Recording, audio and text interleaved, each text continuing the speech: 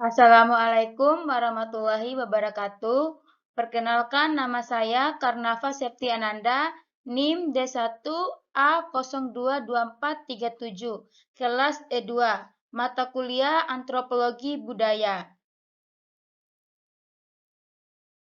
Di sini saya akan menjelaskan tentang antropologi dan perkembangannya.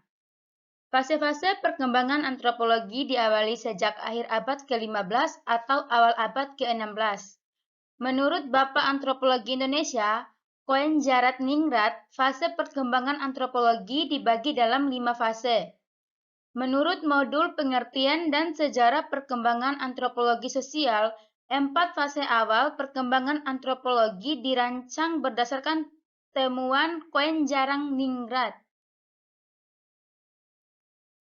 Fase-fase perkembangan antropologi dibagi menjadi 5 fase, yaitu fase pertama sebelum tahun 1800, fase kedua pertengahan abad ke-19, fase ketiga permulaan abad ke-20, fase keempat tahun 1930-an, fase kelima sesudah tahun 1970-an.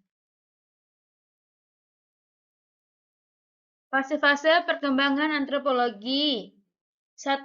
Fase pertama sebelum tahun 1800. Fase pertama sebelum tahun 1800 yaitu dimulai dengan penjajahan bangsa Eropa pada akhir abad ke-15. Kemudian memasuki abad ke-16, para penjajah mencari rempah-rempah.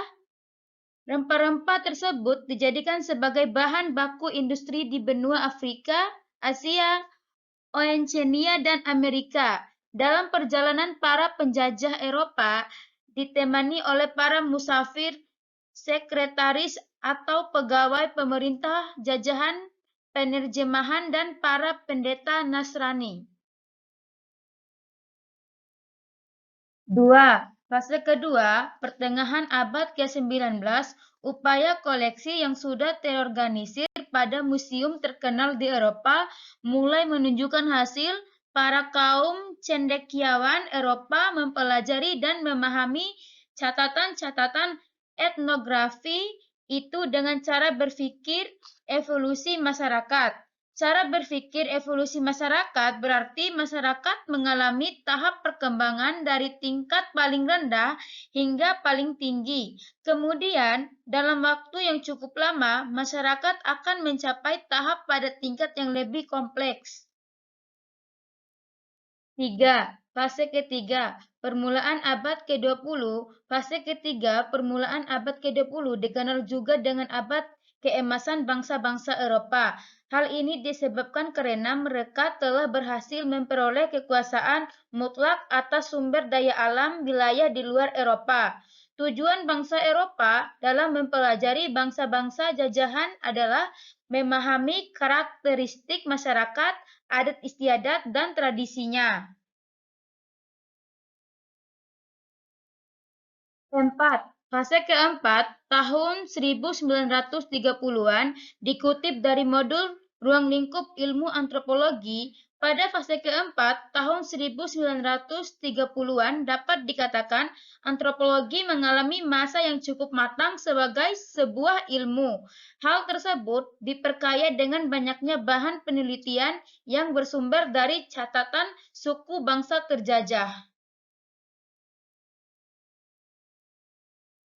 Dan fase yang terakhir, fase kelima, sesudah tahun 1970-an, perkembangan antropologi sesudah tahun 1970-an, salah satunya terhadap dalam ilmu antropologi di Uni Soviet. Antropologi Uni Soviet juga melakukan penelitian-penelitian. Hasil dari penelitian tersebut kemudian dijadikan dasar dalam pengambilan kebijakan terkait upaya membangun pengertian di antara penduduk pribumi. Sekian penjelasan materi tentang perkembangan antropologi di beberapa negara. Terima kasih. Wassalamualaikum warahmatullahi wabarakatuh.